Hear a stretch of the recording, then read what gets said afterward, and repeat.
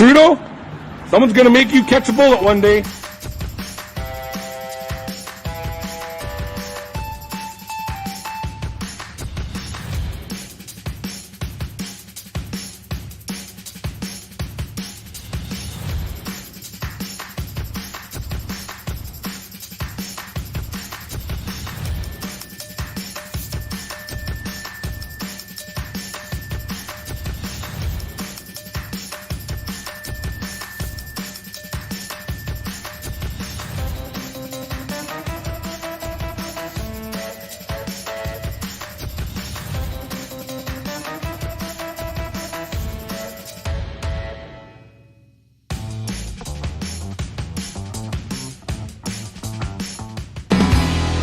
Real Talk starts right now.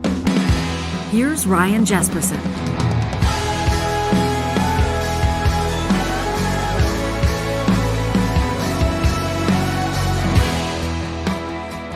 It's Tuesday morning. It's July 19th. Well, it might be Tuesday afternoon. It might be Tuesday evening. Hell, it might be Wednesday, Thursday, or Friday when you catch this. It's Jesperson here with Hicks.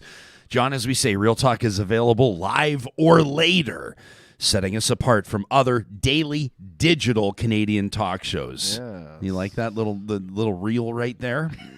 You have been sleeping, I believe, over the past 3 days. Not a lot, as John prepares, as we all prepare for the launch of Seriously, our new show, tomorrow, episode 1. You'll be able to catch it by subscribing anywhere you get your podcast. Just look for Seriously, Supriya, and Ryan. Mm-hmm. But seriously, John, last night we were messaging about a couple of things related to the business, and you divulged to me, it was about 10:45, 11 o'clock at night, you divulged you were still here in the studio, burning the candle at both ends. Unbelievable. I'm freaking out, too. Piece of equipment went down. Yeah. Got to go pick up a new one today. You know. Problem solving, just making it happen. And I wanted to recognize you off the top for your efforts. We're lucky to have you, pal. We've got a great show in store coming up in just a few minutes. We're going to check in with, so for the next number of days, we've been letting you know this papal visit is coming, right? Depending on, it doesn't matter where you are in Canada. If you're a regular that catches this show, or if you're just paying attention to the news cycle, you know that the Pope is set to visit Canada, in particular Treaty 6, where he will visit some communities and meet with survivors of residential schools, including intergenerational survivors, and ultimately offer an apology for the Catholic Church's role in Canada's legacy of residential schools. And I don't use the word legacy in a flattering sense. Well, several Indigenous leaders have been a big part of making this visit happen. And that includes Chief Tony Alexis, who's going to join us in just a few moments, was elected chief of Alexis Nakota Sioux Nation almost 10 years ago at the young age of 42. He's serving his 4th consecutive term as chief. He first met the Pope in 2016, about 6 years ago, and presented letters from community members, presented a drum. He'll tell us all about it. And I'm looking forward to his thoughts on this. Coming up tomorrow, Grand Chief George Archon Jr., journalist Brandy Morin is covering this visit. She's going to be joining us as well. We want to make sure we get as many angles as we can on this. And, of course, we continue to work on a Friday roundtable around that papal apology. I think it's going to be an important conversation. I know it's an important conversation, and it's going to be a good one. Kurt Phillips is also going to join us this morning. He's the founder. This was back in 12, 13 years ago of Anti-Racist Canada, the founder and former lead writer for them, and he now sits on the board of the Canadian Anti-Hate Network, and he's been doing a lot of work covering and I think bringing awareness to the story of Pat King, who is really the driving force behind this freedom convoy. You know that Pat King was granted bail yesterday. He's been in prison since actually they say jail. Did you know this in journalism school? If it's under 2 years, you're supposed to say jail. Yeah. If it's over 2 years, you're supposed to say prison. He's been incarcerated. He's been in custody. He's not been convicted of anything yet, but he's been in behind bars since February, 5 months or so, and granted bail yesterday. It would appear, and I only laugh. It's not funny. It's just like, can something be unbelievable and totally believable at the same time? It would appear that Mr. King may have been violating the terms of his release, the terms of his bail. Within moments of being released, he's been, forbidden from using social media. There's certain people he cannot associate with unless it's through his lawyer for purposes of developing his defense. And as soon as he was released yesterday, they're all over social media But I don't know if you saw the post, John. It's kind of comical. All these posters, like friends of his, associates of his, posting and saying, now these photos are being posted without the knowledge or the direction of Mr. Pat King. So we're going to find out what Kurt Phillips is keeping an eye on there and some of the storylines associated with that so-called Freedom Convoy. I also want to take a second to review our unofficial, unscientific Twitter poll from yesterday. And this was one that came about as a result of our conversations around COVID-19 and this sixth or seventh wave. And, we were curious to know whether or not you're still wearing a mask out and about. And we, on an impromptu sense, which is typically how we do these, an unofficial, unscientific Twitter poll through my account at Ryan Jesperson. We asked, are you still wearing a mask in public? Now, if you're listening to this live at 10:38 Eastern on Tuesday morning, 8:38 Mountain Time, you've still got about a half hour. If you're listening to it later, I would suspect that these results will likely hold true. They haven't fluctuated a ton, John, since we first posted it, but about 3,700 votes on this one. We asked very simply, are you still wearing a mask in public? 42% of you said no. 31% of you said yes. And then here's the one. I mean, this is the big swing here. 27% of you said, well, it depends. And there were a bunch of comments there. We can get to a few here as an example. Like Derek, for example, says in enclosed areas, definitely. Right? Carlos says this pandemic is not over, and the risk of long COVID adds with every reinfection. And this variant, BA5, is a real bitch. Carlos says mask up is the easiest, most effective way to protect yourself and others. Scott says he can't stop wearing his. Aggie, who, takes in Real Talk. We've heard from Aggie several times. She's living over in Czech. She says, I think it's Czechia. How am I supposed to say it now? Czechia? That used to be the Czech Republic. Now they're saying it differently. Aggie, I know, will send me an email and help me out on this one. She watches from Europe. We really appreciate it. She says masks aren't required anywhere.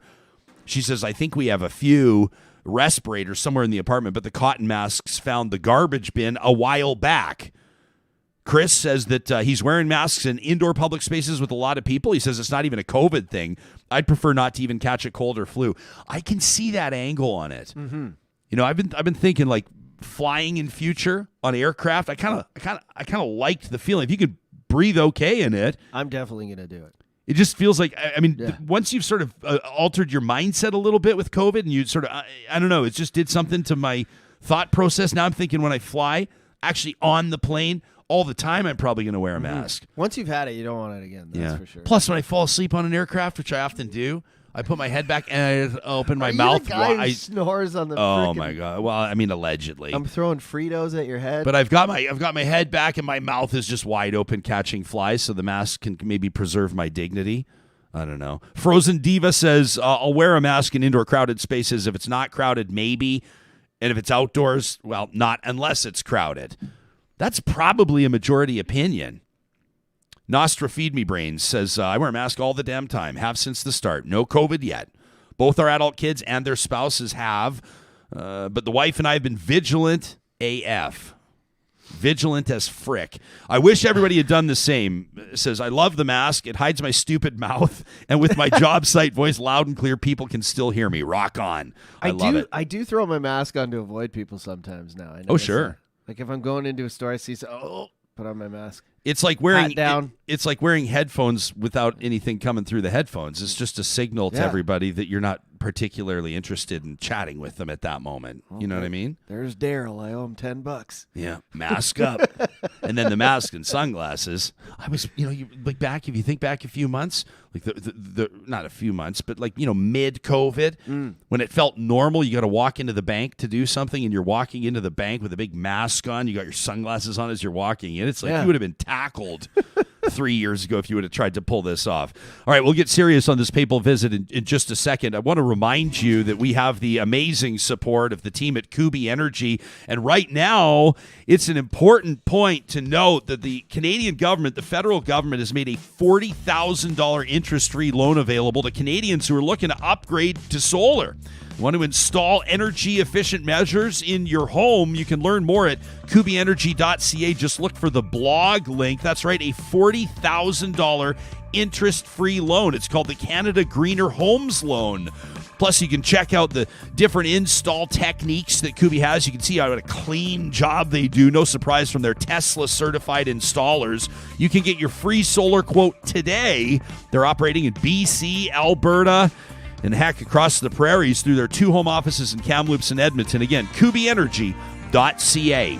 At Friesen Brothers, they know that great family time happens around great food, and they've been ensuring that local quality food is landing on Albertans' dinner tables for more than 65 years. In 16 different Alberta communities, Friesen Brothers has their real butchers with their Alberta beef, pork, chicken, turkey, the plant-based options that John tells us about. Of course, they've got the fresh Alberta produce, always from as close as possible. And don't forget, the first of every month, 15% off purchases of $75 or more at Friesen Brothers. And if you're an engineer that's looking for a change of pace, maybe a new opportunity, hey, let's be honest, sometimes you just don't feel appreciated where you're working. Apex Automation could be your next career move. At Apex, they're providing intuitive, fully autonomous solutions to industry. They're giving people back their time. You can achieve great things and reach your full career potential, enjoying flexible hours, professional development opportunities, and a hilarious company culture. The Christmas party is one of the best I've ever seen. Honestly, I can't wait to host it this December. You can find out more, engineers across Canada, at apexautomation.ca. Can't wait for our Christmas party. Oh, buddy. The Real Talk Christmas party is going to go. We're still waiting to do the Real Talk tailgate party. We've been promising audience members that for a long time. And we're starting to get to the point where you can pull those things off. The big groups. Yeah. It's going to be a good one. I don't want to share details yet because then you're on the record. All right, the Pope's on his way to Canada. And, of course, all eyes will be on this pilgrimage to Lac St. Anne. People are going to be paying close attention to what he offers, by way of an apology to survivors of residential schools that were overseen, many of them in Canada, by the Catholic Church. Chief Tony Alexis met the Pope back in 2016 and invited him to Lac St. Anne, delivering letters on behalf of his community. He gifted him a hand-painted drum, in fact. Chief Tony, first elected into council at just 25 years of age, elected chief in 2013. He's currently serving his 4th consecutive term. His aspirations include protecting the Alexis Nakota Sioux Nation's inherent and treaty rights, maintaining his community's culture, language, history, and customs, and working with elders and staff to revive tribal laws, build businesses, and advance wellness. Chief Alexis, welcome to Real Talk, and thank you so much for making time for us this morning. Thank you, Ryan. How did that visit to the Vatican play out in 2016? How did it come about, and what do you remember about your interaction with the Pope? Well, it's a long story, but just cutting through the highlights of it, there was an intent that happened from my community. There's this event that happens, is opening the holy doors, and in that time, people bring their prayers through the doors of the Vatican, the St. Peter's Church. Anyway, so that was an intent, and my community members asked me to bring prayers for them on their behalf. And before we went that way, we sent an opportunity to meet with the Pope, and we received a welcome that we can have an opportunity to meet with him. So we were on our way there, and it was a good visit. We had about 5 minutes with Pope Francis. Well, the visit obviously resonated with him, and obviously now we fast forward 6 years, and your community is preparing to welcome him as part of a pilgrimage. It's been interesting to see commentary online, and I'm trying to sort of reserve the space with that commentary for the people whose voices matter most here. And that's the survivors, including the intergenerational survivors of residential schools. But how would you say your community is feeling about this impending visit? Well, there's a few perspectives. For one, there's the people who are very happy with Catholic faith, and they practice that. They've been holding that for a long time, in spite of the challenges of how people are criticizing the Catholic the Church and so on. And so for them, it's a really good celebration and it's an acknowledgement. And then there's some who are, still in that place of trauma, trying to recover from the harm and the hurt that has happened to them.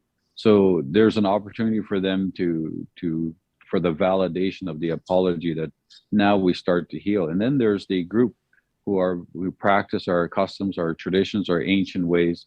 They've never lost that. As a matter of fact, we've carried that for generations, for thousands of years. And so they're in a place like that where it feels like it may impact them, but they know today that, nothing will ever change their culture and their heritage the way it has been in the past. They're going to continue to do that.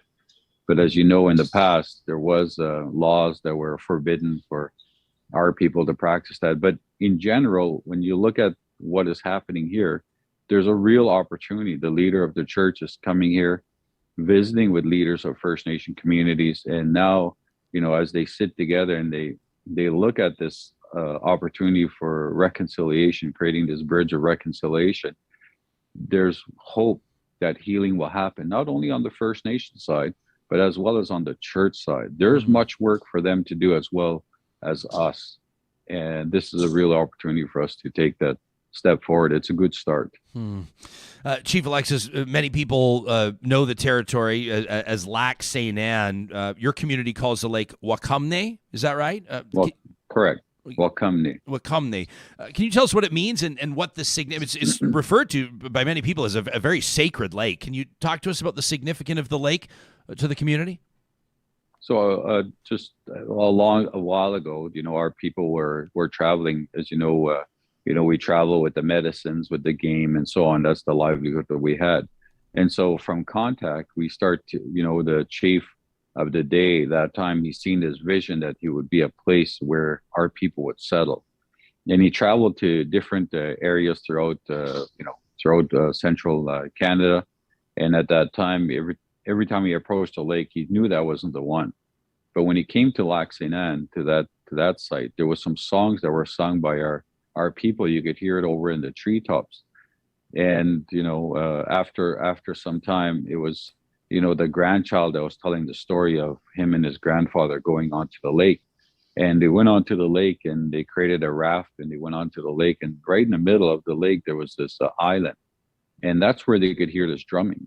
And as they approached it, they seen, that there was children standing on the perimeter of that island. In the middle was this beautiful woman with a full buckskin, and there was hair. Her hair was down, like eagle feathers tied to her hair.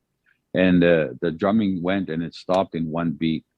As it stopped, the story is that it's like all the children went into her hand, and then that was the last they've seen of it. And the prophecy is that if you come by the lake again, you'll start to hear the drumming. And so it's not the way I'm telling the story, but the story is that the prophecy is that as you hear the drums again, you come to our community, you see our children, babies, before they can walk or talk, they're hitting the drum and they're trying to mock singing, and they're enjoying that spirit in that way. So we see that livelihood. And Wakumne, that's what it was called. So Waka is the word that we use for holy or God, and Ne is the word we use for, a lake. So Wakumne means God's lake or holy lake. So that's how it was always identified. And it's been a gathering place long before the missionaries got there as well. People can check out lacstannepilgrimage.ca to learn more about this. It's described, and you can see it right across the front of the website, as a year of reconciliation. And the website, by the way, indicates, just some logistics for people that are visiting, talking about camping and parking, and you get the sense that this is a pretty huge deal for a lot of people. Do you feel like it's important, almost integral, to receive this apology in your traditional territory? Yeah, we're pretty happy. As a matter of fact, there's a lot of communities across the land who want to receive it in their territory as well. And so we are reaching out to invite them here and to be a part of it. We understand that, Pope Francis cannot be at all those places. And as you mentioned, I met Pope Francis. And when I had the opportunity to visit with him, I feel that his heart's in the right place, and that the people behind him, the ones who help him, they too need to catch up, and they need to participate in that same way. So this apology, it's a good start. and for communities across the land. And it's like a vehicle, someone hits your vehicle, if I ran into your vehicle and I just walked away with a handshake or a hand gesture saying, thank you, I'm sorry, and I drove away, a year later, I might drive by you and your vehicle, the fender's probably hanging, it's probably all rusted out, and you're still not happy. Right. So reconciliation also means the action afterwards. And it means that, I should be helping fix your vehicle. We should work together on that, whatever that common thread is going to be, to look after that and to heal that in a proper way. So when we look at this reconciliation, this is the good start. And to validate it allows people, just like, anywhere, allows people to start that healing, to say that it wasn't just an imaginary thing that happened. This really happened. Yeah, this is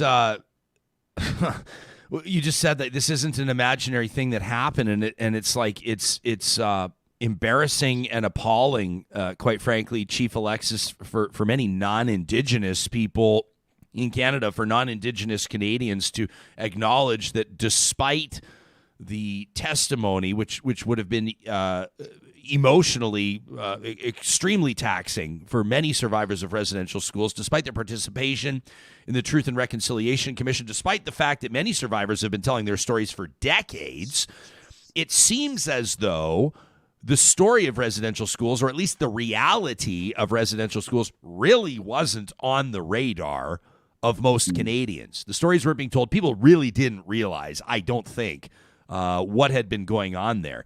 Do you get the sense that the nation has awakened to a certain degree? When we talk about reconciliation, there's the relationship between the church and Indigenous peoples. What about the rest of the population? Do you get a sense that something positive is happening there? Do you see movement there? So if you look 40 years ago, where we're at, 30 years, 10, even 5 years ago, there's been some improvements. The trajectory's on a slow climb to start for more people to be aware. And if you remember a year ago, the 215 sites that were found in Kamloops, those burial sites that were found in Kamloops, it awakened the people across the land. And only then we start to see the non-Indigenous community take note and pay attention. So as we're taking these steps forward and we're growing in this way, this is a part of the real history that happened on this land, across this land. That also has to be included in our academic institutions, and for people to share that, to know that. When we're kids, we don't recognize race. We get to sit with whoever, and when we go to school or we play sports, we don't recognize race, and we have real good conversations. But I know some of our kids, when there was these stories of residential schools that were told, the other children couldn't believe that happened to them. It's like it personally happened to them, to that child that was sitting in front of them, which it wasn't. But that's the generational trauma that gets passed on from one generation to another. So going back to your car, if your children, talk to my children, they would tell the story that Chief Tony hit my car and, they never reconciled with my dad. Now they're both gone. They'll carry that for a long time. So when you look at how our people were treated, you can't speak your language. As a matter of fact, your language is not respected. You don't have a culture. You don't have an identity. What is revealing today is that we have a culture. We have an identity. We have our language. We are a people of this land, and we've been here for thousands of years, and we lived in a wealthy way, in abundance here. But now in this last little while, there's been some struggle. But in spite of all those storms, Ryan, our people have grown. We're grown and becoming masters of the institutions. We have doctors, lawyers, engineers, accountants, people running business. We are maintaining our culture and language. We're in a really good place right now. And we welcome working with partners, whether it's government, it's business, or shows like yourself. We are doing what we can to bring the spirit of our people forward. Well, I sure appreciate your availability, Chief. When we talk about this as a good first start, a good first step, really, in reconciliation between the church and Indigenous peoples, what else needs to happen? What else is on your list of priorities? What do you think is most important? Well, like for me as a leader, I could say this is the path I want to go. And so it's my responsibility now to turn around and to talk to my people and tell them and share with them, that there's healing that has to happen. There's work that we need to do.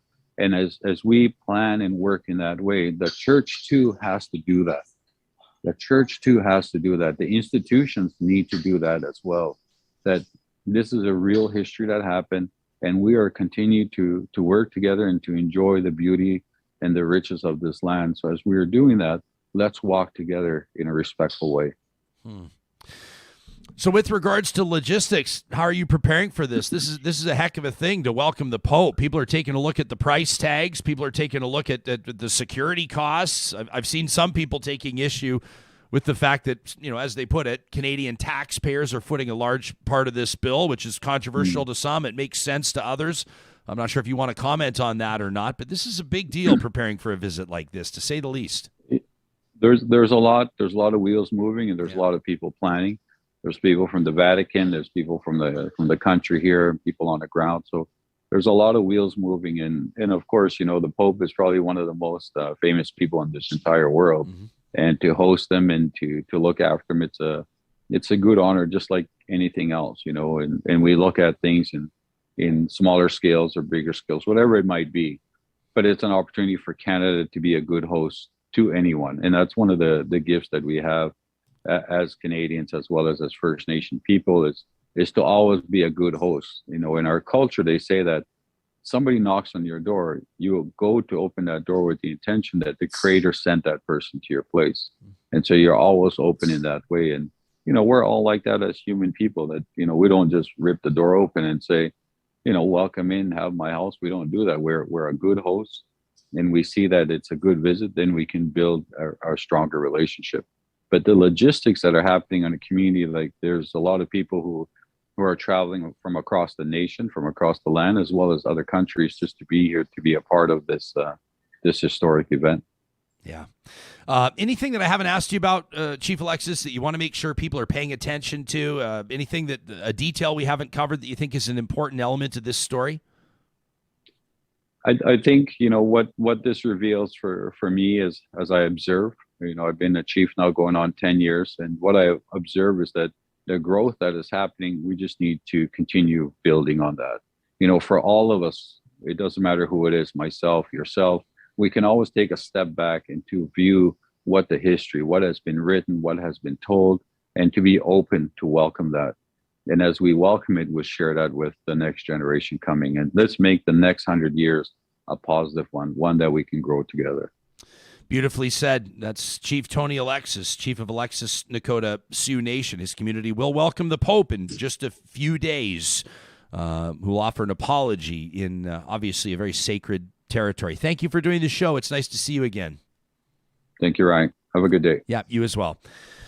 You can let us know where you're at on this. I know that there are many audience members, Real Talk audience members, for whom this is deeply personal. And we welcome your comments, your thoughts. We'd like to integrate those into our next number of shows as Canada prepares to welcome the Pope. Obviously, not everybody welcoming the Pope with open arms. For some, this is about as big of a deal as it gets. Mm-hmm. For ardent, dedicated people of a strong Catholic faith. I understand exactly what Chief Alexis is talking about. He says he's one of the most famous people in the world. I think the word famous, people hear it famous and they kind of wrinkle their nose a little bit because it comes with that sort of, we look at it as like pithy sort of celebrity culture. But what he's saying is when it comes to who's the most well-known person on the planet or who, with regards to recognition or power of influence globally, who's more famous than the Pope? Everybody knows who the Pope is. Right? Yeah. I mean, seriously. Actually, who's more well-known on planet Earth than the Pope? Mm-hmm. And you see everyone online. Everyone's pretty divisive right now, right? Like one side or the other. I don't want the Pope to come. The Pope needs to come. I really liked how Chief said, explaining with the car analogy, like how we need to repair and stuff like that. And I also got the feeling that it's not up to a lot of those people who are arguing about it, whether he should come here or not. It's really not their space to be saying any of that, right? Including myself. What I know, I've been saying some stuff about how the roads are getting paved and all that stuff, but it's really not up to me. This is between the Catholic Church and the Indigenous people of Canada, right? So. Yeah, well, I think both are true. Like I think you're right to observe and recognize that the most important voices in all of this are the survivors' voices. Like that, like period. And then, intergenerational survivors, like those that have come, the lineage of those that managed to survive these. It doesn't even feel to call them residential schools. Why do we even call them schools? They were called schools, but they weren't. I mean, probably the nicest thing you could call them was institutions. But the fact that you have to refer to people that got out of there as survivors says something. But you're right. The survivor's voice matters most, period. Also, people are going to have their own opinions on what reconciliation needs to look like in their own orbit. Yeah, what people believe to be important or acceptable. And then I think with a lot of people, when they start seeing government act on something, when the politics becomes infused or the logistics, or people take a look at the price tags. Well, with everything going on with the Catholic Church in the last 10, 15 years, it's like 150 or thousands of years, actually. So anytime I see anything to do with the Catholic Church, I kind of raise my eyebrows, like, what's going on here? But I just think it's not up to me, right? I'm kind of sitting back and I think most of us should do that. Yeah, both of us non-Indigenous. Let's acknowledge that. Yeah. So we're shooting the shit here. We don't have a say here. Talking about our opinions on this, but those that matter most are the ones that. This is why we're obviously bringing in voices that matter this week to offer their perspectives. As mentioned, the Confederacy of Treaty 6 First Nations Grand Chief George Arcan Jr. will be joining us tomorrow, as will journalist Brandy Morin, who's just a remarkable friend of this show and an amazing storyteller. Brandy was in. You remember Brandy joined us on April 7th. If you want to look back at that episode of the show, she had just returned from the Vatican. She was there reporting on the apology that the Pope offered at the Vatican. And there was, Chief Littlechild and many other delegates and representatives, survivors that had made the trip to the Vatican and to Italy to hear that apology. So we want to get those perspectives. And, of course, as mentioned, we want to hear from you. talk@ryanjesperson.com is where you can be in touch with the show. We're going to turn the page in just a few moments, and we'll take a look at one of the stories that's one of the other stories that's making news nationally, and that is Pat King granted bail yesterday. This is where you can have a stronger opinion, John. You can feel more comfortable having a strong opinion on this one. The organizer, one of the key organizers of that so-called Freedom Convoy, and Kurt Phillips is going to join us to talk about it. Kurt, the founder of Anti-Racist Canada. We're looking forward to that conversation coming up in less than 2 minutes. Right now, I want to remind you that our friends at Eden Landscaping, right now, this is their busiest time of year, and their crews are out across the Metro Edmonton region, central and northern Alberta, bringing outdoor spaces to life. A custom landscape builder with more than 20 years of on-the-ground experience, and they take you from the first step all the way through. You're not hiring a landscape architect and then talking to a contractor, and then you got to figure out, well, who's in charge of excavating, and when are the crews going to be here dropping off the cedar mulch, and oh my gosh, what a headache. Mike and his team want you to have the peace of mind knowing that your dream space will be a reality, and they will not leave until that is the case. Full project management, excavation, stone and woodwork, retaining walls, water features, outdoor kitchens, lighting, irrigation, drainage, planting, removal, and more. You can find Eden Landscaping at landscapeedmonton.ca. For those of you that are in touch with the show by way of Twitter, of course, you're using our hashtag RealTalkRJ. You can hit us up on Instagram. And by the way, we're on TikTok now, too. RealTalkRJ, our handle on all 3 accounts. Powering that hashtag is the team at Park Power, your friendly local utilities provider. They want us to remind you because they care about your bottom line. They don't want you getting scammed right now. If you go to their homepage and then scroll down, you'll find a blog entry about this new Government of Alberta electricity rebate program. They're sounding the alarm at Park Power because there's a few scams that are happening. All right, people are being duped. Park Power doesn't want that to happen to you. You can find the details at parkpower.ca. When you take your business to Park Power, electricity, internet, and natural gas, the promo code 2022-RealTalk gets you $70 off your first bill. How great is that? Well, in just a second, we'll talk to Kurt Phillips. We're going to get the details and his perspective. That's what I'm most interested on Pat King. After 5 months behind bars, not yet convicted. He was released on bail conditions. People are wondering whether or not he's going to be able to keep those. I want to set the table for you, though, Real Talkers. I don't want to take anything for granted. I don't want to assume you know who we're talking about. So this is taken from Twitter. This is a compilation of clips. These are videos Mr. King has released himself. Here he is on a number of different occasions in his own words. Trudeau, someone's going to make you catch a bullet one day. To the rest of this government, someone's going to fucking do you in. You sons of bitches. The only way that, and I'm going to say it out loud, the only way that this is going to be solved is with bullets. And yeah, I said it. That's the only way something's going to happen. A massive revolution on a huge scale.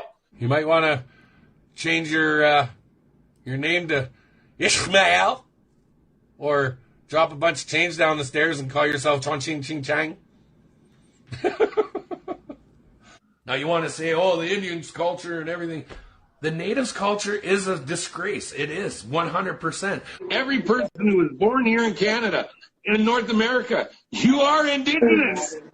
People don't realize that. If you were born of the land, you are Indigenous of the land. It's called depopulation of the Caucasian race, or the Anglo-Saxon. And that's what the goal is to depopulate the Anglo-Saxon race. Because they are the ones with the strongest bloodlines. They are the ones with the strongest bloodlines. They are the ones with the strongest bloodlines.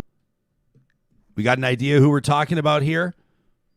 Let's get to one of the experts on this. Kurt Phillips is the founder of Anti-Racist Canada. He's a board member of the Canadian Anti-Hate Network. He's also been a teacher for the past 20 years, and we're grateful for his availability on Real Talk this morning. Kurt, thanks for joining us. We understand you're on vacation, so it means even that much more. Thanks for making some time for us this morning.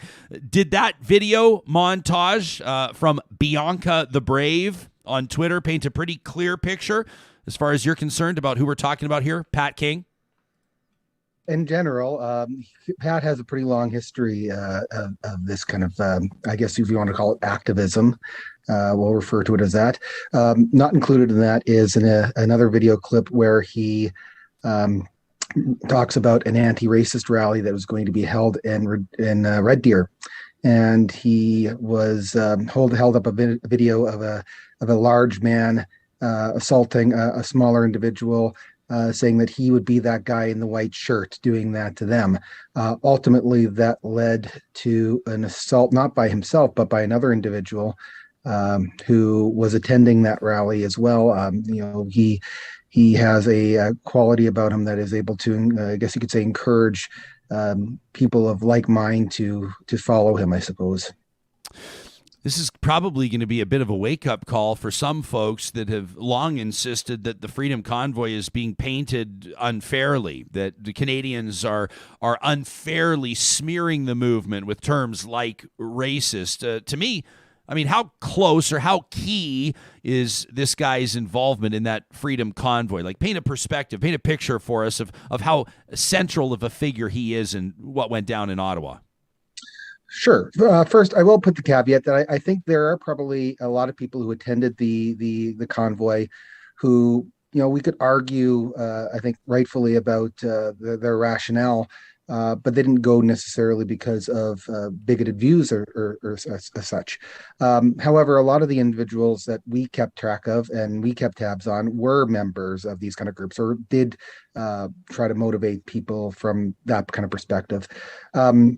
So the individuals who we kind of kept track of were kind of leadership, and Pat specifically. I think in his case, we see that people like Barber and Tamara Lich are now kind of disavowing his involvement. But initially, he was very, very much an active leader in this kind of movement. Essentially, this effort. He interviewed Tamara Lich on his own stream on Facebook. He was in touch with them. He had some experience with a convoy a number of years ago. I think it was 2019, if I remember correctly. Convoy to Ottawa, ostensibly in favor of oil revenue and the oil pipelines, to support Alberta Oil specifically. But he was also, you showed some of those clips, and some of those clips were taken at around that time. So he was a very problematic figure even then. I think as more information came out about Pat, I think a lot of those individuals, Litch, Barber, began to feel uncomfortable with his participation and tried maybe to freeze him out a little bit. But by that point, the genie was out of the bottle, essentially. Pat has this kind of aw shucks, teddy bearish quality about him that kind of draws people to him. He's quite charismatic, and people have commented about his other qualities. But if he has one quality that does really endear himself to people, is this ability to kind of draw people in. And regardless of whether or not the convoy leaders like Litch, Barber, the others, saw him as a leader. Certainly, people on the street in Ottawa did see him as a leader. They were giving him high fives. They were lauding him. He was a speaker at a number of events. There was one video I just watched this morning from his Facebook. No, I'm sorry, not his Facebook. His Instagram channel, which is still up, where somebody said, "Oh my goodness, I touched his shirt." Well, like he's the Messiah or something. Yeah, it was very, very odd. I mean, and as somebody who's kind of has watched this individual over the years, it was very surreal to see him treated in such a manner. He was like a conquering hero, essentially. So, Kurt, this is, and by the way, I want to read this comment from Kathy because she's absolutely right. She's watching us live on YouTube right now. She says, "Yeah, this guy has a scary amount of supporters." She says, "It hurts my heart." I think it's important not to underestimate the influence that he has. Yeah, absolutely. Especially during the convoy itself and leading up to it, he was getting more and more support. I think at one point his Facebook page had something like 300,000 followers. This is an individual who, during the summer, and I made a few threads about it on Twitter, that he basically didn't understand a legal document that he received. He was convinced that he had proven that COVID doesn't exist. The courts had agreed with him, or so he thought, and that essentially had to be debunked by, I think, Reuters. It was making play in Australia. I mean, this kind of disinformation spreads really, really quickly, especially when confirmation bias.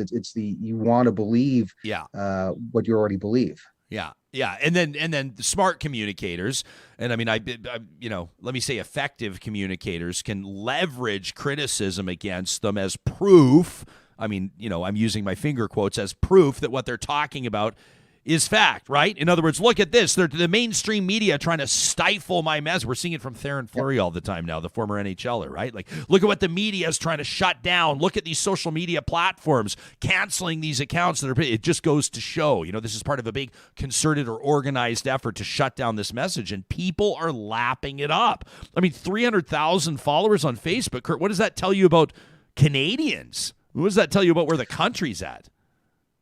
Well, I one of the things I've talked to people about is how the COVID epidemic, the pandemic, has been one of the most effective radicalization, most effective methods of radicalization I've seen in my lifetime. And in some ways, it makes sense. People, especially initially, were at home. We talk about lockdowns. We were never really truly locked down, not in the way that other places were. We weren't cemented into our buildings as they were in other countries such as China, for example. But people are at home. They don't have their sports. They don't have things that they're doing with their friends. They spend a lot of time online on social media, and they look up information, and they might potentially be disinclined to believe the science potentially, but they might not be in that kind of extremist perspective yet. But they read things that confirm their bias. They read more that confirm their bias. And of course, the algorithms continue to push that information at them to the point where that becomes their world. And then they exclude those people who contradict them. They disagree with them. They freeze those individuals out, and only their friend base remains those people who agree with them. So when you hear individuals say that and I think most people are really confused by this. They see people who supported the convoy, people who were there, people genuinely believe that the majority of Canadians are with them, that agree with them, that a tiny percentage are in favor of the vaccines, and that most people are in favor of them. So they really do genuinely view themselves as heroes, and that's because they've excluded all alternative viewpoints that don't confirm their bias. And I've seen this not just in the case of COVID, but a number of years ago, I think it was 2019.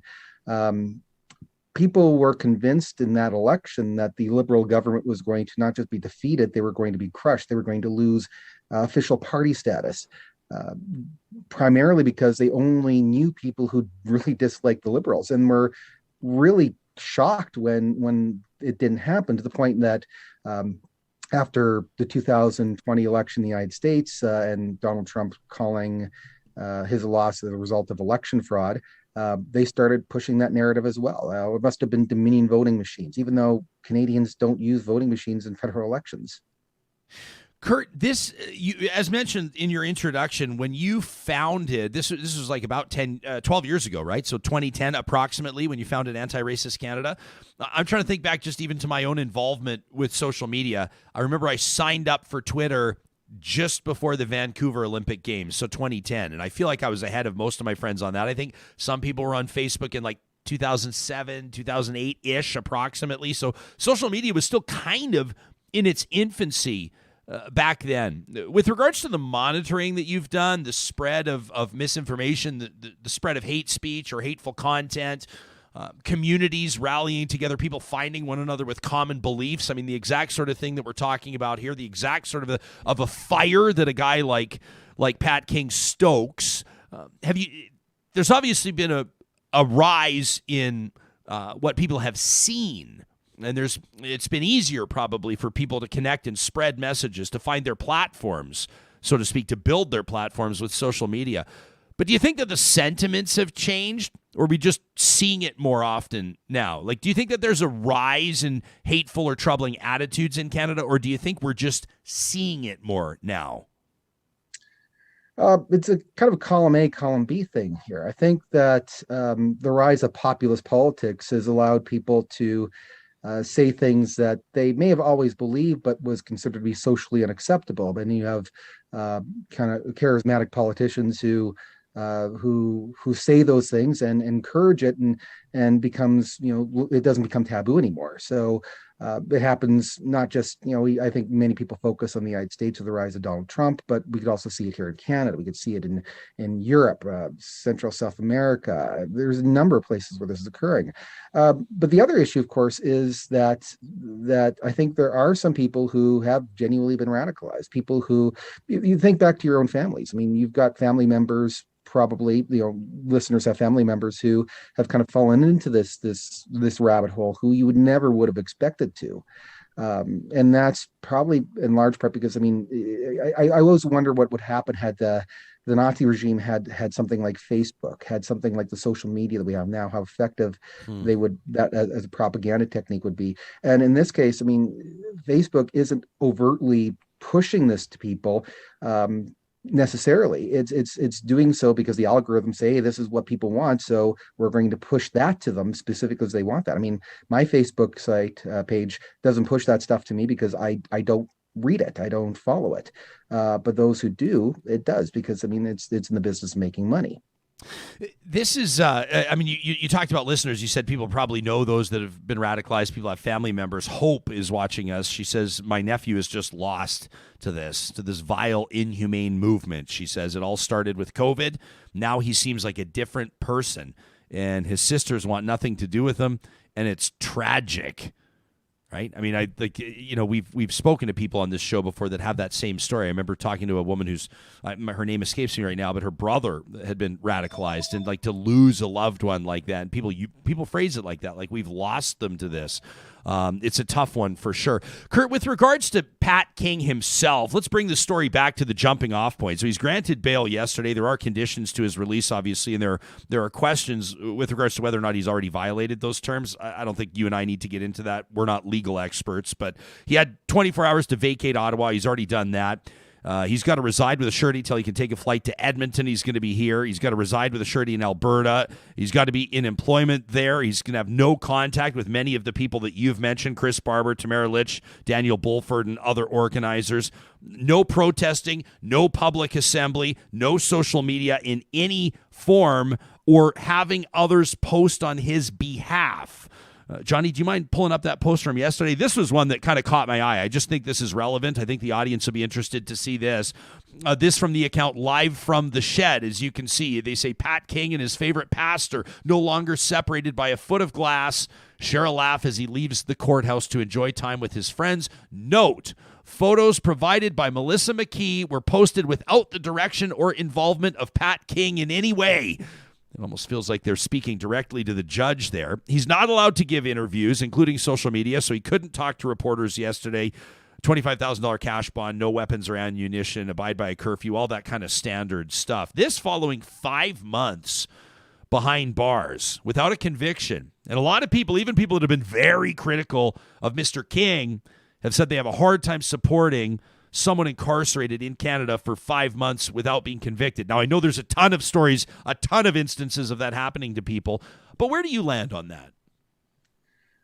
My personal view, and I think a number of people on my side of the fence, we don't like the idea of people being incarcerated for lengthy periods of time, particularly if it's for non-violent offenses. So we were certainly not of the opinion that it necessarily, well, I mean, I guess there's a publication ban. We don't know exactly what the charges are. I assume the initial charges were mischief. We heard something for perjury. There might be others. I don't know that.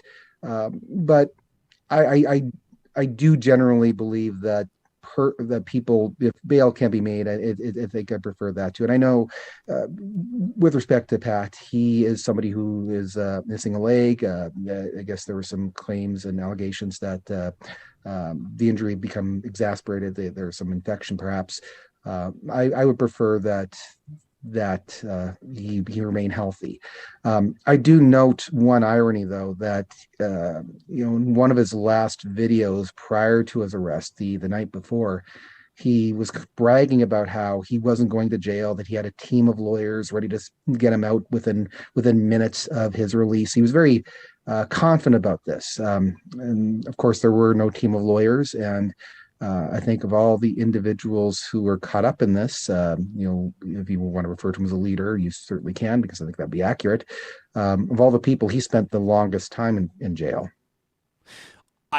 It's absolutely accurate to refer to him as a leader. I was just going to ask you about the power of the storyline that is incarceration, right?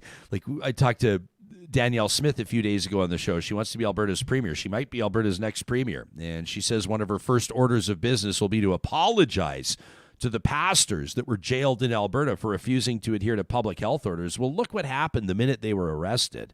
Right? Look what happened the longer they stayed in jail.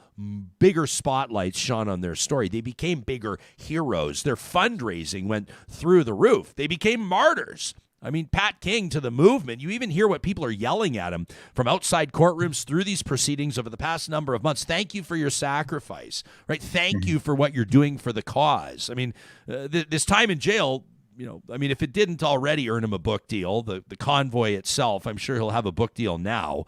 I don't know who wants to publish it, but the power of incarceration is strong. Right? I mean, can you see this actually emboldening his followers, his supporters? I mean, are you concerned? Maybe down the line, we don't know if he'll be convicted. We don't know what the future might look like, but it's not like locking him up has squashed this movement one bit, has it? No, in fact, as you said, I mean, it has emboldened a number of them. So certainly it has with Pat. You mentioned the pastors. I think of Artur Pawlowski as probably probably their typical character in this. I mean, this is a person who gained fame in part because of his temper tantrum, throwing out an AHS worker coming to inspect his church, the building he's renting.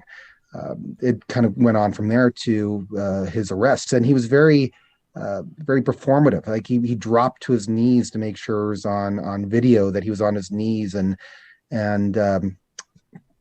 it's been very effective. He's raised an incredible amount of money. He did a speaking tour in the United States that summer, hosted by individuals linked to the January 6th coup attempt in the United States. He came back kind of parroting that too, that Trump was the legitimate president. It was a fraudulent election. So we've seen a lot from him. He went to Coutts. He was the person who apparently convinced the people of Coutts, who had been planning on leaving, to stay. And he's being charged under the infrastructure law that the UCP government passed, which is ironic. I think they were probably thinking it would be used against environmentalists. They probably never thought it would be used against a right-wing agitator. I like this comment from 2Beaver, who's watching us live on YouTube this morning in the chat. Says, this whole thing speaks more to Canadian society than any one man. Would you agree? I think we have to be careful too. We have to realize that, I mean, we do focus on the fringe, although unfortunately this is a larger movement than we would like to think. When the Ottawa Convoy was started, I was genuinely surprised by the numbers of people who showed up. Certainly nothing like the numbers they said would be there or claimed were there. But my frame of reference had been the 2019 convoy, where people were supporting oil industry and very much tied to the Yellow Vest movement at the time. Right. There were politicians who showed up at that. That was the United We Roll, right, Kurt? Yes, of which Pat was one of the leaders in that, along with a guy named Jay Riddell from Saskatchewan. So I was expecting maybe a little bit bigger. This was something that affected more people. But I think there was something like, at one point, the high point was between 15 and 20,000 people. They claimed at one point there were 2.5 million people there supporting them. That was obviously not true and ridiculous. But even then, there were still people who lined the streets, lined the highways, on overpasses, celebrating as they passed. They might have been a minority, but they're significant portion of the population, to the point where we can't just ignore it. We have to deal with it and the repercussions of that. No, you can't ignore it at all. I remember I've told the story before on the show, so I'll keep it short, but I was in Jasper with a friend vacationing the weekend before that Freedom Convoy started rolling through. I remember I stopped for lunch in Hinton, and the bartender says to me, "You going to hit the highway before this convoy starts?" He says, "You might want to." He says, "This might take you hours." We didn't know what to expect. It wasn't on my radar. I mean, I knew that there were plans for some people to drive their trucks to Ottawa, but I underestimated it. And I'll be honest, Kurt, I will never forget that drive. For people that don't know, from Jasper, let's say from Hinton to Edmonton, about 3 hours. As soon as I started hitting, right around Rockford Bridge, started hitting Stony Plain, Spruce Grove, all of these communities west of Edmonton, every single overpass was packed with people. I mean, I came back on that Monday show and was trying to tell the story accurately. I mean, I had started to try to sort of keep a general count of how many people I saw, but I acknowledged it was in the hundreds. People were having bonfires in the highway ditches. People had their lawn chairs out. They had all the Canadian flags flying. I'll give a lot of folks there, to be honest, the benefit of the doubt. Especially, I think, in the prairie provinces, but across the country. I mean, if you oppose this prime minister, if you oppose the Liberal Party, if you oppose progressive politics, or for that matter, the carbon tax or the United Nations or many of the other things that we've seen themes develop around these truck convoys, these people came out to protest. And I won't pin a racist badge on every single person that showed up to those overpasses, because for starters, the Freedom Convoy was just getting started. And second of all, you never know what draws people out to show protest and legal protest against a government or against a government action.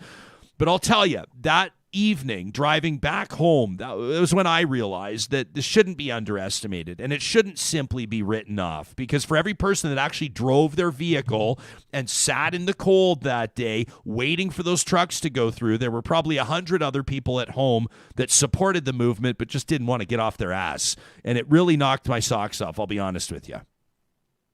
I know in my own experience, I had people who, were supportive of it as well. One individual who was very much a progressive, somebody on the political left, somebody who is not a fan of the conservative government here, somebody who is, I was talking to her and I just brought up the issue that I was kind of keeping tabs on, and she referred to them all. Aren't those men heroes? It resulted in a really uncomfortable discussion. But this is an individual who wasn't on the far right. She's certainly not a bigot.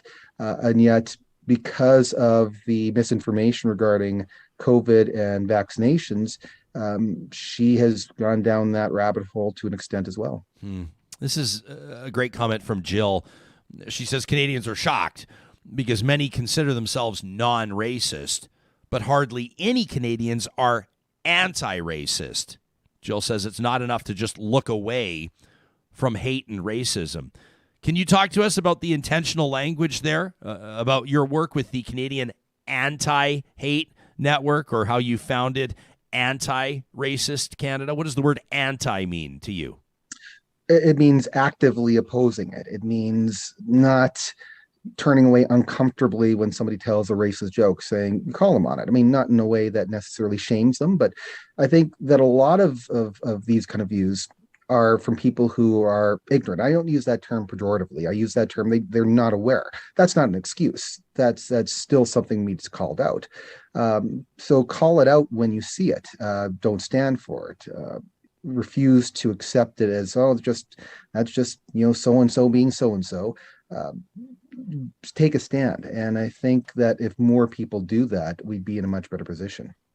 Kurt, in the context of Pat King and his bail, his release on bail, and the whole Freedom Convoy story, a lot of people are paying attention to it right now. I think it may have dropped off the radar a little bit, flared up right around July 1st, of course. There were rumors that there was going to be the big gathering again in Ottawa, and it felt like the nation's capital city was kind of bracing itself to a certain degree. But as happens in the news cycle, it had fallen off the front page, so to speak. Is there anything that you're keeping an eye on that I haven't asked you about that you want to make sure that real talkers are aware of before we thank you for your time? Sure. Well, of course, we're taking a look at the trial in Coutts right now, seeing what results from that. We are looking at the rise of populist politics in Canada, like the connection that even mainstream politicians are connecting with some of these movements and these beliefs. I generally am disinclined to believe that the leaders, the people running for leadership of the Conservative Party of Canada who are supporting this genuinely believe it, but they've seen the effective use of populist politics in not just the United States, but around the world, and are channeling that for their own political gain. So the danger of the Overton window continuing to shift to the right is something that I think we need to be concerned about and continue to watch. Yeah, I mean, to sort of spell it out, we get emails like this all the time, and we got one just the other day from someone that said, please don't read this on the air, and it broke my heart because it was such a good sentiment. But they said I'm envisioning a scenario where Danielle Smith, you talked about Artur Pawlowski, this pastor, obviously extremely controversial to say the least. She's welcoming him on stage at a rally the other day. I talked to her about it. If people missed it, they can check out our interview. I asked her directly about him by name. But she's comfortable sharing a stage with him. She could be the premier of Alberta. Pierre Poilievre looks like he's going to run away with the Conservative leadership. The Trudeau government, I think, is tired and languishing in the polls a little bit, and it's realistic that Pierre Poilievre could be the next Prime Minister of Canada, and then Donald Trump is hinting that he'll be back in 2024. And there's no reason to believe that he couldn't run a strong campaign. And this email that I won't read, but the theme of it was essentially that with Premier Danielle Smith, Prime Minister Pierre Poilievre, and President Donald Trump, gives a lot of people a good reason, I think, to be concerned, if not for the attitudes of the politicians themselves, but just like what you're talking about, the strange bedfellows. Yeah, I think there's an attitude in Canada. We can be very smug about our position in the world that, we're not racist. We look down to the United States and point fingers. And this has always been a part of Canadian society as well. We've always had this as well. And I think it's dangerous to think it can't happen here. Yeah. Kurt, I know you're on vacation. We really appreciate that you set aside a portion of your morning to talk to us. Thanks for the great work that you're doing. People can follow you on social media at ARC Collective, right? ARC Collective? That's right, yes. Thank you, my man. Thank you. Talk at ryanjesperson.com is where you can send your thoughts. It's always better when we can read your emails. I feel like I kind of, in a way, read that email without reading it. We cut to the chase. I don't think we need to read any emails about Pat King. We already know what they say. Yeah. Fuck that guy. Well, no, but they don't all say that. That's the point. No, that was the whole point of that interview. I'm saying that. That's why we wanted to, I'll be honest, I kind of had mixed feelings about rolling that video that Bianca the Brave had posted on Twitter, this montage of Pat King on the record. We went through it this morning like 3 times. I like, know. Should we even play this? And I was like, should we beep some things out? Should we cut some things out? And I thought, no, like, number one, mainstream, big corporate media can't play that video for you. And I think it's important to know who we're dealing with here. But who thinks I think if you like start, that, but if you start, well, yeah, but I mean, that's kind of the whole point of these conversations is a lot of people think like that. And then who gets behind someone like that and says, people that are looking for a place to belong, people that are looking for somewhere to channel their anger and their angst, right? People that are having a hard time, and I'm not justifying it, not at all. We're not talking about someone with just different opinions. But this is clearly the thing. He's wrong about everything he says. But obviously, hundreds of thousands of people, or at least tens of thousands, whatever, lots of people don't think that he is. Right? They think that this guy's the brave one. This is the guy that's fighting for freedom, so to speak. And it's just, it's troubling. And I think, probably the biggest reason why we decided that we needed to play that video is because I think that if we dilute this, and if we treat it like it's not an issue, and if we treat it like, if we bring you some benign comments he's made about, like, I don't know, you're talking about, Trudeau's socks and hair, people won't take it seriously. We haven't talked about Trudeau's socks once since I've been on the show. When you start talking about the Prime Minister catching a bullet, when you start talking about how we're all Indigenous, or his other comments about First Nations culture in Canada, I hope it's a wake-up call. He's clearly on the internet all day long when he's not in prison or jail. Sorry. Yeah. Do you think he ever sees those montages of himself? And what does he think? Like, does he think like, I mean, there's I'm own a words. fucking idiot? If or somebody does he shows me, is he like, awesome? This is my highlight. I don't know. I feel like, yeah. I mean, he said them. It's his words. If somebody showed me a montage of my own words over the course of my career, I think it'd be pretty difficult to say that's not me. Right? There's the highs and the lows. As they'd say in The Big Lebowski, strikes and gutters, man. This fight for freedom. I saw a tweet from Trent Capelli today. He says, Joe Rogan called Canada communist the other day, said that Trudeau, the dictator's got to go. I hate saying it, but I listen to like Rogan maybe like twice a week just to hear. A lot of people listen to him. Ridiculous things being said, right? But he does have occasional really guests I'm interested in. But he's kind of off the deep end right now. So Trent Capelli is responding to this. He says, just lounging here in communist Canada, where weed is legal, same-sex marriage is legal, freedom of religion is guaranteed, universal health care is available to all, and abortion is legal. That from Trent Capelli with a reality check. Yeah, I love how Kurt made the just kind of aligned everything for people, how like this whole movement got more fire, more steam from people just being at home and being on the internet throughout the pandemic. Like, people just... TS chiming in live. We sure appreciate our live audience. Says, Jespo, it's very much a community of belonging, right? A community of the disenfranchised. And I think you're right. Justin says we're not immune to the issues of the world and south of the border. We're just usually late to the party. Totally agree. Another says, I used to listen to Rogan, but he's lost the plot completely. Oh, yeah. Like, I remember back in the day, he used to make me laugh and smile. And well, yeah, he was a stand-up comedian. He was sad. As a buddy of mine would say, like in describing himself, he says, my buddy always says, I'm just a big dumb animal. Yeah. And that was kind of Joe Rogan, right? And then all of a sudden he started talking about things like vaccines and COVID, and then that's when people started, Shit he has no place talking about. I went and saw him like 4 years ago here in Edmonton when his comedy thing. He was making fun of vegans. I was laughing. It was like self-deprecating. I was like, oh, this is... And then, Let's focus on something that makes us smile. What do you think? Oh, I think I know what you're going to... Do ya? You want to prep the music bed for me, pal? You want to set the table? Every Tuesday, we focus on innovation. We focus on people or groups, organizations that are making a positive impact in their communities. It's the Leading Edge, presented by Leading Edge Physiotherapy. And in this week's edition of The Leading Edge, we celebrate Wellspring Edmonton. An organization right here in our neck of the woods, in our home city, offering a warm and welcoming environment where anybody affected by cancer can find the supports they need. Non-medical support services, including emotional, practical, physical, or spiritual services. Workshops, classes, individual support services offered to program participants at no charge. And they can be accessed by those with cancer and their caregivers. Wellspring works collaboratively with health and community partners to ensure that nobody has to face cancer alone.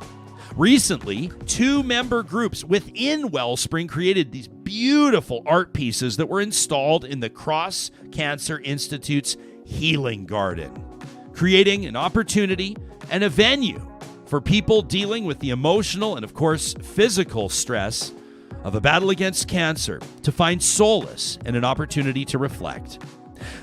Wellspring Edmonton is Leading Edge Physiotherapy's Charity of the Month for the month of July, and that's why they are on The Leading Edge. The Leading Edge is presented by Leading Edge Physiotherapy. Life shouldn't hurt. We're looking forward to conversations to come this week. And did I mention to you that we did confirm Craig Spicer is going to join us on Thursday? I'm really excited about this. Craig is a friend of mine.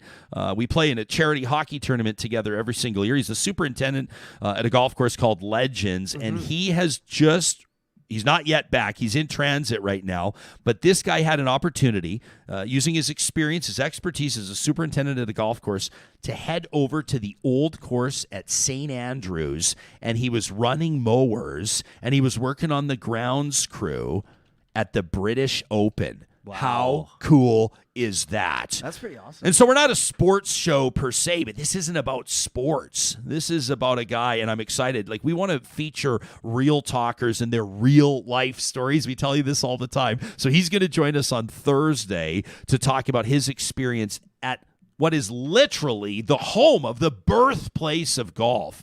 And I'm super excited about that. We're also going to have an opportunity a little bit later on this week to talk to a journalist who's uncovered a story that's quite shocking, as a matter of fact. And this is a story that I think that more people need to be paying attention to. Jeff Dembicki has just released a story about counterpoint strategies, and you can read it on the Tyee. It has to do with Alberta's war room. You know, this war room that was supposed to be defending the interests of Canadian and, in particular, Alberta's oil and gas sector, but oftentimes was targeting journalists and maybe using public tax dollars in ways that most people wouldn't support if they knew how the money was being spent. But, of course, the whole thing was set up in a structure that it couldn't be FOIP'd. There couldn't be freedom of information requests, so nobody knew where the millions of dollars were being spent. Well, Jeff Dembicki's done some unbelievable reporting on that, and he'll be joining us on Thursday. But I encourage you to check out his reporting at the Tyee in the meantime. Then we'll go behind the scenes with him. We can't do these interviews, and quite frankly, we can't do this show without our partners that have our backs. They support Real Talk, and that includes the Dairy Queens of Northwest Edmonton and Sherwood Park. There are 6 new reasons to crave DQ, and those are the new signature stack burgers. Now, I've been telling you about the signature steakhouse stacker. That's the bacon and cheese beauty with the onion rings on top. But I also want to remind those of you that like to get a little bit spicy. You don't care that it's 30 degrees out. You don't mind a little heat. I recommend the Flamethrower Signature Stack Burger. It's one of the best as far as I'm concerned, and you can pick them up today at the Dairy Queens in Palisades, Nemeo, Newcastle, Westmount, and in Sherwood Park at Baseline Road. Our friends at Local Environmental want to remind you that Trash Talk's coming up on Friday. They present it every single week, an opportunity to get whatever you need off your chest. We have a hilarious one about dishwashers coming up on Friday. If you need to get something off your chest, you can send us an email to talk@ryanjesperson.com. Just make sure that you label it clearly as Trash Talk. You know, at Local Environmental, they offer full-service, flexible rural waste management options, including recycling in many areas. The best part, residents can choose from weekly, bi-weekly, or monthly rural collection schedules. They've got it all at localenvironmental.ca. And I've been telling you how much I've been enjoying the Dodge Ram 1500 that I've been driving. It's the Longhorn trim. This is a nice sort of a Western vibe, beautiful leather seats, all the step-down side you need, tons of room inside the crew cab, and of course all the power you need to pull your boat, to pull your trailer. You won't find a better selection of Ram trucks than you will at St. Albert and Sherwood Dodge. But if you don't need the big Hemi, if you're not pulling a fifth wheel, they've got a ton of great options as well on the fuel-efficient side. If the price of fuel is getting you down and you're looking to make a change, why not trade your vehicle in at Sherwood and St. Albert Dodge and then keep that relationship going on the sales and service side? I'm proud to partner with them. Have done for more than 10 years through that ownership group because I appreciate the service I get. It's why I recommend St. Albert and Sherwood Dodge to my friends. Coming up on tomorrow's show, as mentioned, we'll continue our coverage of the Pope's visit to Alberta. Treaty 6 territory will see an apology in person. We'll find out how the Confederacy of Treaty 6 First Nations Grand Chief George Archon Jr. is preparing for that visit. Where's his head at? Plus, journalist Brandy Morin's covering it all. She was there at the Vatican for the apology then. She'll bring us up to speed with her amazing perspective. All of that on Wednesday, right here on Real Talk.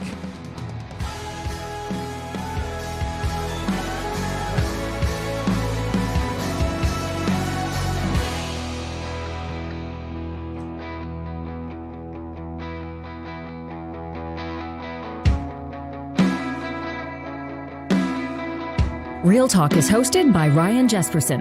Executive producer, Josh Dunford. Technical producer, John Hicks. General manager, Katie Cook-Shivers. Account coordinator, Lawrence Derlego. Human resources, Lena Shepard.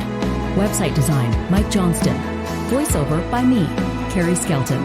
Real Talk's editorial board is Supriya Dwivedi, Ahmed Ali, Brandy Morin, Ann Castleman, Corey Hogan, Harman Candola, Catherine O'Neill, and Chris Henderson. Member Emerita, Julie Rohr. Real Talk is reported in Edmonton, Alberta on Treaty 6 territory, the traditional and ancestral territory of the Cree, Dene, Blackfoot, Saulteaux, and Nakota Sioux, home to Métis settlements and the Métis Nation of Alberta. Real Talk is the flagship property of Relay Communications Group Incorporated. All rights reserved. For more, check out ryanjesperson.com.